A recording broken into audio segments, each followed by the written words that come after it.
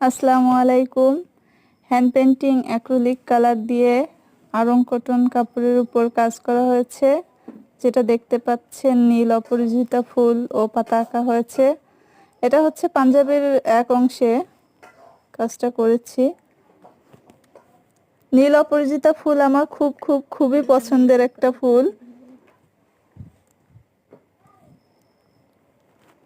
দেখেন কত সুন্দর করে আঁকা হয়েছে। খুব ভালো লাগে এই ফুলটা, আমাকে সবসময় করি, তবে আজকে মন চাইলো তাই করলাম।